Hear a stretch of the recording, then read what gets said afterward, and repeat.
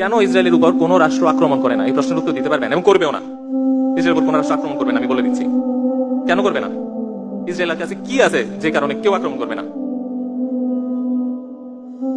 পারমাণবিক বোমা। কারণ একটা পারমাণবিক বোমা যদি ঢাকায় পড়ে কি ক্ষতি হবে আপনি কল্পনা করতে পারেন? যার কাছে তো পারমাণবিক বোমা আছে, যে রাষ্ট্রের উপর পারমাণবিক বোমা আছে, গত 80 বছরে সেই রাষ্ট্রের উপর কেউ কোনোদিন আক্রমণ করে নাই। দ্বিতীয় বিশ্বযুদ্ধের পর থেকে এই পর্যন্ত পৃথিবীর কোনো পারমাণবিক রাষ্ট্রের উপর কেউ আক্রমণ করে নাই। পারমাণবিক বোমা হচ্ছে সবচেয়ে শান্তিপূর্ণ একটা বস্তু, যেটা হাতে থাকা মাত্রই তার জন্য শান্তি নিশ্চিত। সে পারমাণবিক বোমা আছে কার হাতে? আপনার হাতে। জঙ্গি রাষ্ট্র ইসরায়েলের হাতে, সন্ত্রাসী রাষ্ট্র ইসরায়েলের হাতে, তাই তো? এখন আপনি বলছেন কি যে ওর হাতে পারমাণবিক বোমা আছে, তার মানে কি সে জানে তার গায়ে কেউ আক্রমণ করবে না, কেউ টাচ করবে না, কোনো রাষ্ট্র টাচ করবে না। টাচ করলে করবে কে? ছোটখাটো যে মিলিশিয়া, তারা। মিলিশিয়ারা যে তাকে আক্রমণ করছে, তারা কি আমেরিকার কেনা অস্ত্র আক্রমণ করছে? হ্যাঁ, অস্ত্র কি করতে হয়েছে? বানাইতে হয়েছে। এখন আরব রাষ্ট্রগুলোর হাতে যে অস্ত্র আছে, স্টক পাইল আছে, সেটা কোন দেশের অস্ত্র? সফটওয়্যারটা কোন দেশের? শর্তটা কোন দেশের? কেমনে আক্রমণ করবে? শর্তই থাকে যে আমার অনুমতি ছাড়া আমার অননুমোদিত জায়গায় আক্রমণ করা যাবে না। যে সফটওয়্যার থাকে সেটাতে চাইলে সে ব্লক করে দিতে পারবে। যে জিপিএস সিস্টেম দিয়ে অস্ত্রগুলো গাইডেড মিসাইল যায়, সে জিপিএস সিস্টেম কার তৈরি? আমেরিকার কে সর্বপ্রথম জিপিএস ইউজ করছে? আমেরিকার সেনাবাহিনী। তারপর সেটা সিভিলিয়ানদের হাতে ছেড়ে দিছে। তারপরে সেই জিপিএস দিয়ে গাইড করবেন আর ভাববেন কি আপনার কাছে তো বেসিক যে জিনিসগুলো, এই যে হুতিরা হিজবুল্লাহর যে আক্রমণ করতেছে ইসরায়েল, এটা কি আমেরিকার অস্ত্র দিয়ে করছে নাকি নিজের বানানো? আপনার টাকাটা তো ওইখানে ইনভেস্ট করতে হবে। ওই জায়গায় ইনভেস্ট না করে একবার সমাবেশের পিছিয়ে ইনভেস্ট করেন, আরেকবার বয়কটের পিছিয়ে ইনভেস্ট করেন। কোকা-কোলা $20 বিলিয়ন লস করতে আপনাকে যেই পরিমাণ ক্যাম্পেইন করতে হবে, ওই শ্রম আর ওই শ্রম ঘন্টা যে টাকা, ওইটা যদি আসল জায়গায় ইনভেস্ট করতেন এতদিন অনেক কিছু হইতো বলে আমি মনে করি। আপনি কোকা-কোলা $20 বিলিয়ন লস করবেন, ফেডারেল রিজার্ভ তো এক চাপে $20 বিলিয়ন ছাপায় তাকে দিয়ে দিবে। আপনার কাছে কি ওই টাকার মেশিন আছে? ওই টাকার মেশিনকে তো বয়কট করেন, আপনি সুদকে বয়কট করেন। আল্লাহ তো শিখাই দিচ্ছে কোন জিনিসকে বয়কট করতে হবে, ওইটা তো আমাদের ভালো লাগে না। আল্লাহ তো শিখাই দিচ্ছে কোনখানে ইনভেস্ট করতে হবে, ওইটা তো ভালো লাগে না। কিসের পিছিয়ে ইনভেস্ট করতেছি আমরা? আর আশা করতেছি আমরা বদলাই যাবে। কই, আমরা তো যখন একটা সমাবেশ করি তখন আমাদের মাথায় থাকে যেন ওই গুরুদের কাছে যেন ভাবমূর্তি ক্ষুণ্ণ না হয়, তাই না? সারাক্ষণ তো এই ভয় থাকি। ওই নেতিয়াহুকে একবার ভয় পাইছে, সারা বিশ্বের কাছে আমার ভাবমূর্তি নষ্ট হবে, সেই জন্য গাজার 1 ইঞ্চি জমি আমি ছেড়ে দিব। আজকে নেতিয়াহু বীর দর্বে গাজার বুকে হেঁটে বেড়াইতেছে, আমি ভিডিও দেখছি। সে গাজার মাটিতে হেঁটে বেড়াইতেছে নতুন দখল করা জায়গায়, বীরের মতন। এর জন্য কি তাকে কম অপমানিত হইতে হয়েছে? এর জন্য কি ইসরায়েল জাতিকে কম ত্যাগ করতে হয়েছে? তাদের অর্থনীতি পুরো ক্ষতিগ্রস্ত হয়েছে। তারা কি ক্ষতিটা নেয় নাই? তারা কি রক্ত দেয় নাই? তারা রক্ত দিয়ে অপমানিত হয়ে ক্ষতিগ্রস্ত হয়ে ঠিকই দখল করে ছাড়ছে, অধিকার ছাড়ে নাই। আর আমরা অপমানিত হব না, অর্থনীতি ক্ষতি করা যাবে না, আরে ভাই কোনো ত্যাগ করা যাবে না। সেই জন্য কি আজকে আমরা কাঁদতেছি, ওরা হাসতেছে। আপনি যদি সুন্নতকে দেখেন, যে সুন্নতটা আমরা ছেড়ে দিছি সেটা সে গ্রহণ করে ফেলছে, সেই জন্য সে দখল করতেছে আর আমরা দখল ছাড়তেছি। রাসূল সাল্লাল্লাহু আলাইহি ওয়াসাল্লাম কি কখনো বলছে মক্কার কাফেরদের কাছে ভাবমূর্তি যেন থাকে, সেই জন্য আমি যুদ্ধ করে নতুন জমি করবো না, এক্সপান্ড করবো না, সাম্রাজ্য ছড়াবো না? বলছে? তো রাসূল সাল্লাল্লাহু আলাইহি ওয়াসাল্লামকে মানুষ গালি দেয় নাই? তখন বলে নাই যে তুমি তো যুদ্ধ করে দখল করে ফেলতেছ, তুমি তো সাম্রাজ্যবাদী, তুমি তো কিসের ধর্মনেতা হইছো? মানুষকে তখন এইভাবে চার্জ করার চেষ্টা করে নাই? তো রাসূল সাল্লাল্লাহু আলাইহি ওয়াসাল্লাম কি বলছে? না আসলে তো ঠিকই, তো আমার ভাবমূর্তি রক্ষা করতে হবে, আমি শান্তিপূর্ণভাবে গান্ধীর মতো, মহাত্মা গান্ধীর মতো হয়ে যাই, বলছে? রাসূল সাল্লাল্লাহু আলাইহি ওয়াসাল্লামকে যখন বয়কট করছে তখন কি বলছে? আমার সাহাবীরা এত কষ্ট করতেছে, আমি এক কাজ করি, ওদের সাথে সমঝোতা একটা চুক্তি করে ফেলি, আমরা একটু উন্নতি হই, আর কষ্ট করতে পারবো না, বলছে? ত্যাগ কিন্তু করছে, ত্যাগ করে সাম্রাজ্য বড় করছে। বড় করার পর কি থেমে গেছে? যাক আমি যেহেতু মক্কা দখল করছি, এখন থেকে শান্তি, আর কারোর সাথে লড়াই নেই, সবার বন্ধু, বলছে? আরো বড় করছে। আবু বকর রাদিয়াল্লাহু আনহু আসার পর কি করছে? আরো বড় করছে। হযরত ওমর রাদিয়াল্লাহু আনহু আসার পর কি করছে? আরো বড় করছে। আর আমরা শান্তি, আমরা বুদ্ধ হয়ে গেছি। বুদ্ধা ওরা কি না বয়কট করবো, কোনো ভেজালে জড়াবো না, কিনলাম না, টাকা দিলাম না, এটা খাইতে মজা, এটা টাকা দিয়ে দিই, অস্বাস্থ্যকর জিনিস খায়, শুয়ে শুয়ে আল্লাহর কাছে আবাবিল দাও। আল্লাহ কি আপনার কথাই চলে? আজকে আমরা যে সুন্নতকে হারাইছি, সেই সুন্নত গুলা দিয়ে ইসরায়েল কিন্তু তার ভূমি বাড়ায় ফেলতেছে। তবে হ্যাঁ, তার সাথে আর কিছু অন্যায় করতেছে, এটা হচ্ছে সিভিলিয়ান ক্যাজুয়ালিটি করতেছে, শিশু হত্যা করতেছে, দুনিয়ার সামনে গণহত্যা চালায়, ক্যামেরার সামনে আবার গর্ব করে বক্তৃতাও দিচ্ছে, নির্লজ্জ। ওইটা তো সুন্নত না, কিন্তু যেটা আমরা ছাড়ছি ওইটা সে নিচে, এতটুকু বলছি। হ্যাঁ, এখন চিন্তা করেন, এই যে কিছু কোম্পানির নাম বললাম, যে গুগল, সিমেন্স, এই কোম্পানিগুলার কি পরিমাণ ইসরায়েলকে সাপোর্ট করছিল একটা প্রমাণ দেই।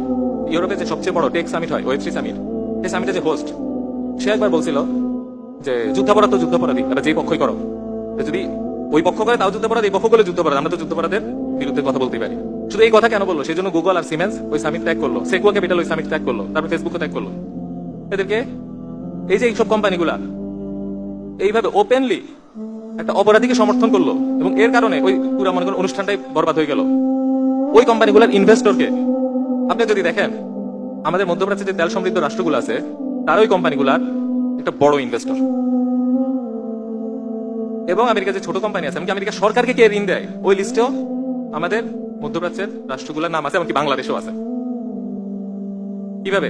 বাংলাদেশে ডলার রিজার্ভ করে সঞ্চয়পত্র কিনে না, আমেরিকা সরকারের সঞ্চয়পত্র, ওইটা হচ্ছে আমেরিকা সরকারকে ঋণ দেওয়া। ইসরায়েল ভালো করে জানে তারপর কেউ কিছু করবে না, তার আছে পারমাণবিক বোমা, আর আমাদের আছে কি আবেগ। যখন মানুষ খালি হাতে লড়াই করতো, তারপরে হঠাৎ করে একজন তলোয়ার আবিষ্কার করলো, তখন কি আপনি বলেন যে আমি খালি হাতে লড়াই করবো, তুই তলোয়ার নিয়ে আয়? আপনি কি করতে হয়? তলোয়ার বানাইতে হয়। যখন মানুষ পিস্তল আবিষ্কার করলো, তখন কি তলোয়ারের যুগ থাকলো? তলোয়ারের যুগ কি শেষ? চলে গেছে। যেটা চলে গেছে ওটার কথা চিন্তা করে তো লাভ নাই। তারপরে কি মানুষ পিস্তলে লড়াই করলো, রাইফেল আসলো, তারপরে কি আসলো? কামান। এই কামান দিয়েই মুসলিমরা ইস্তানবুল জয় করছে, যেটার ভবিষ্যৎবাণী রাসূল করে গেছিল না? আচ্ছা, আরেকটু পড়াশোনা করতে হবে। ওই ইস্তানবুল যেই কামান দিয়ে দখল হয়েছে, সেই কামানের আর্কিটেক্ট কিন্তু মুসলিমও ছিল না, সে ছিল হাঙ্গেরির একটা ইঞ্জিনিয়ার, তাকে আমরা রিক্রুট করছি। টেকনোলজি কত গুরুত্বপূর্ণ বুঝতে পারতেছেন? তার পরবর্তীতে যখন কামানের যুগ আসলো, তখন তো কেউ বলে না যে তীর ধনুক দিয়ে আমি কাজ করবো। তীর ধনুকের যুগ থাকে না। তারপরে কি আসলো? আমরা ক্ষেপণাস্ত্র আনলাম, মিসাইল আনলাম। এখন মিসাইল দিয়ে 6000 কিলোমিটার দূরে আমি একটা জায়গায় আক্রমণ করে ফেলতে পারি। তো আমার মিসাইল নেই, ওর মিসাইল আছে, আমি কি হেঁটে রওনা দিব ওদিকে? আমি কি হেঁটে রওনা দিব? আমি তো নিজের প্রযুক্তিতে ইনভেস্ট করতে হবে। আমাদের কি টাকা নাই? কি মুসলিম রাষ্ট্রকে আল্লাহ টাকা দেয় নাই? এই টাকাটা কোথায় ব্যবহার করছি? দুইটা খাতে, একটা বিলাসিতা সবাই জানেন, আর একটা পশ্চিমা রাষ্ট্রের কোম্পানিগুলোতে ইনভেস্টমেন্ট। আর আমরা যারা একটু মেধাবী হই, তার স্বপ্ন থাকে কোথায় চাকরি করা? গুগল, ফেসবুক, এইচপি, মাইক্রোসফট, তাই না? বাহ, মেধা দিয়েও সাহায্য করছি, টাকা দিয়েও সাহায্য করছি, আবার বলছি ফিলিস্তিন মুক্ত হয়ে যাবে। আমরা আমাদের দোষ দেখি না, খালি বলে আল্লাহ কেন কিছু করে না।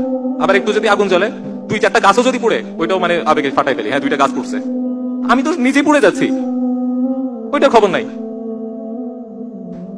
একটা তীরও যদি মারেন, ওইটার মূল্য আরো বেশি যদি 10টা গাছ পড়ে যাচ্ছে, বেশি না? সেটা আপনি মারছেন। তো আজকে আমাদের যে প্রযুক্তি দেখেন কত টাকা লাগে। একটা অ্যাটম বোম বানাইতে আপনার লাগে সব মিলায় 10 থেকে 20 মিলিয়ন ডলার, এবং একটা ব্যালিস্টিক মিসাইল বানাইতে লাগে আরো 20 মিলিয়ন ডলার। তাহলে 40 মিলিয়ন ডলার দিয়ে যদি এই যে এত বড় বড় ইয়ে না করে যদি আমরা 5টা বানাই, কোন একটা দেশ আমরা না হই, তাহলে কিন্তু আর ওই ভয়টা থাকে না যে আমার উপরে যদি আক্রমণ করে, আমার উপর তখন আর আক্রমণ করবে না। এবার আমি কথা বলতে পারি। আজকে আপনি এখানে চিৎকার করেন, চিৎকার করে ফাটাই ফেলেন, আল্লাহু আকবার বলেন, শরিয়া কায়েম করে দিব, এই করে দিব, সেই করে দিব। 1 বছর পরে এখানে আসেন তো দেখেন কি কায়েম হয়। সারা দুনিয়ার কেউ আপনার পাত্তা দেয় না, সেই জন্য এটা নিয়ে কেউ মানাও করে না যে কইরো না, এগুলো বলো না। যেদিন আপনি ওই মানে এরোপ্লেনের মানে হুইসেল বাজায়, ওইটা নিয়ে তারপরে হচ্ছে পারমাণবিক বোমা নিয়ে বলবেন এবার কায়েম করতে আসছি, তারপর দেখেন আপনাকে কেমন গনে। ওইটার পিছেই আমাদের মেধা, আমাদের সময়, আমাদের ইনভেস্টমেন্ট হওয়া উচিত জাতিগতভাবে, মুসলিম জাতিগতভাবে। যেদিন ওইটা হবে, ওই দিন মুসলিম জাতিকে সারা বিশ্ব গুনবে। এবং যেদিন ওইটা আর ইমান একসাথে হবে, সেই দিন হবে ইনশাল্লাহ আমরা সবচেয়ে শক্তিশালী একটা জাতি। শুধু একটা দিয়ে হবে না, 2টা যখন একসাথে হবে, তখন হচ্ছে কি আমরা হবো সবচেয়ে শক্তিশালী একটা জাতি ইনশাল্লাহ। এরপরে যে কাজটা করতে হবে, যে রিফর্মটা, সেটা হচ্ছে অর্থনৈতিক রিফর্ম। আমাদের যে ইন্টারন্যাশনাল ট্রেড হয়, আমাদের যে ব্যাংকিং ব্যবস্থা, এগুলাকে রিফর্ম করে, আমাদের যে ট্যাক্স ব্যবস্থা, এটাকে রিফর্ম করে আমরা কিভাবে করব, যেটা আল্লাহ এবং রাসূল চায় সেভাবে আমরা করব। এবং আল্লাহ রাসূল কিভাবে চায়, সেই আলোচনাটা চাইছিলাম আজকে, এই একটু পরে যদি সুযোগ হয় আবার করব। সংক্ষেপে বললে, আমরা প্রযুক্তিগতভাবে যেমন স্বাধীনতার স্বপ্ন দেখি, ঠিক অর্থনৈতিকগতভাবে একটা স্বনির্ভরতার স্বপ্ন আছে, সেটা আমাদের অর্জন করতে হবে ইনশাল্লাহ। সুযোগ পেলে কোনো একদিন বা কোনো এক সময় আলোচনা করবো। প্রযুক্তিগত স্বনির্ভরতা, স্বাধীনতা মানে এই না সারা দুনিয়া থেকে বিচ্ছিন্ন হয়ে যাবো, কিন্তু সারা দুনিয়ার সেরাটা আমাদের কাছে যেন থাকে, এবং আমরা যেন আমাদের সেরাটা দিয়ে নিজেদের যে স্তম্ভ, সেটা যেন নির্মাণ করতে পারি। তাই তো অর্থনৈতিক ভাবে এটা করতে হবে। একই সাথে যখন অর্থনৈতিক ভাবে আমাদের স্তম্ভ থাকবে, ইমানের স্তম্ভ ঠিক থাকবে, এবং প্রযুক্তি এবং সামরিক প্রযুক্তির স্তম্ভ ঠিক থাকবে, তারপরে হচ্ছে কি যে একটা পূর্ণাঙ্গ জাতি হিসেবে, শক্তিশালী জাতি হিসেবে সারা বিশ্বে জানান দিব ইনশাল্লাহ। তার আগ পর্যন্ত শুধু কথা বলে কিছুই হবে না।